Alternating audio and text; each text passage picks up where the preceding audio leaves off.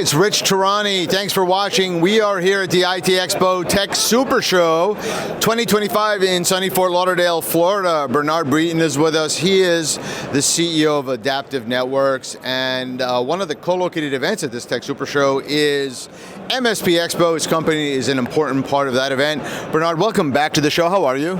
Doing very well. It's a pleasure to be here every year. Sunny Florida, of course, great time of the year, great show, so we enjoy it here. And I'm going to say, I'm going to thank you every single year that, during the pandemic when it was really tough to get people to trade shows, you're the loyal guy who came from Canada and dealt with whatever they made you do when you go back. You had to quarantine or whatever. Yeah, quarantining, yeah. That was the name of the game back then. Not needed anymore, so much easier. Yeah, but I just want to thank you. You're not going to thank you on camera every year forever for that. So I appreciate the fact that, it's a big thing to come to a show. We appreciate it. But your company's been an important part of this event for many, many years. You even, I think, announced a name change of this show to Adaptiv Networks. And, when we first started talking, you were doing SD-WAN, and now you're doing so much more. There's so much evolution of your solutions. Tell us a little bit about the company and how it's evolved. Yeah, absolutely. So in fact, today, this week at IT Expo, we spoke probably more about security than SD-WAN per se. In fact, over the last 3 to 4 years, we've been investing massively from a product standpoint in continuing the strategy of focusing on the small and medium enterprises, but bringing security solution alongside with networking. We believe that networking and security are becoming one. In reality, the payloads are in the cloud, the network is in the cloud, the security is in the cloud. That's where things are going. It enables simplicity, it enables cost effectiveness. Our customers are looking for that, and we've been investing in that. So 2 days ago, I was speaking about network security here. I really feel that there is a significant gap between what small and medium enterprises are doing versus what the cybercrime potential is against them. And they're under-equipped, partially because they're looking at the large vendors, which are the ones that are very known, and these are not fit for them. And that's really what we want to focus on, and we've put a lot of energy on that, and that's what we're talking about here at IT Expo this year. Yeah, in past discussions, I've seen the intense focus you have on making your products easier to configure and to use than some of these enterprise class products where those who are proficient have spent weeks in classes or years of junior experience before they're able to operate these things. But a small company, that's usually not a luxury they have to have access to someone like that. So really you're filling an important void in the market, aren't you? Yeah, absolutely. When you have customers, businesses with a lean IT environment, they don't have specialists in every facet of IT. And they, in many cases, working with MSPs. And for a solution, an IT solution like SD-WAN and SASE, to be deployable in a way that will really create value for the ecosystem, the MSP, as well as the end customer, it needs to be something that they can embrace. It needs to be something that is easy to manage, easy to deploy. We can't re-engineer the world every time. It's okay if you're a large enterprise, you can do that. You can do that if you have 2 branches and 1 IT guy. I'm sorry, you're not going to do that. That would be a waste of your time.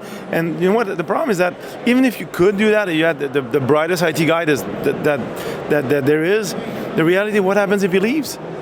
And you're stuck with something that you can manage. So the reality is that you need solutions that are the right fit. Many of those customers, they do a bit of co-manage. You need a platform that makes that easy to work with an MSP, which is always part of the ecosystem for the small and medium enterprises. So that's really what we are aligning to. So we, especially in the last 4 years, I think we've really spent time understanding how that ecosystem works, and how we can really be a creator of value for both the end customer, the businesses, as well as the MSPs that are in the mix.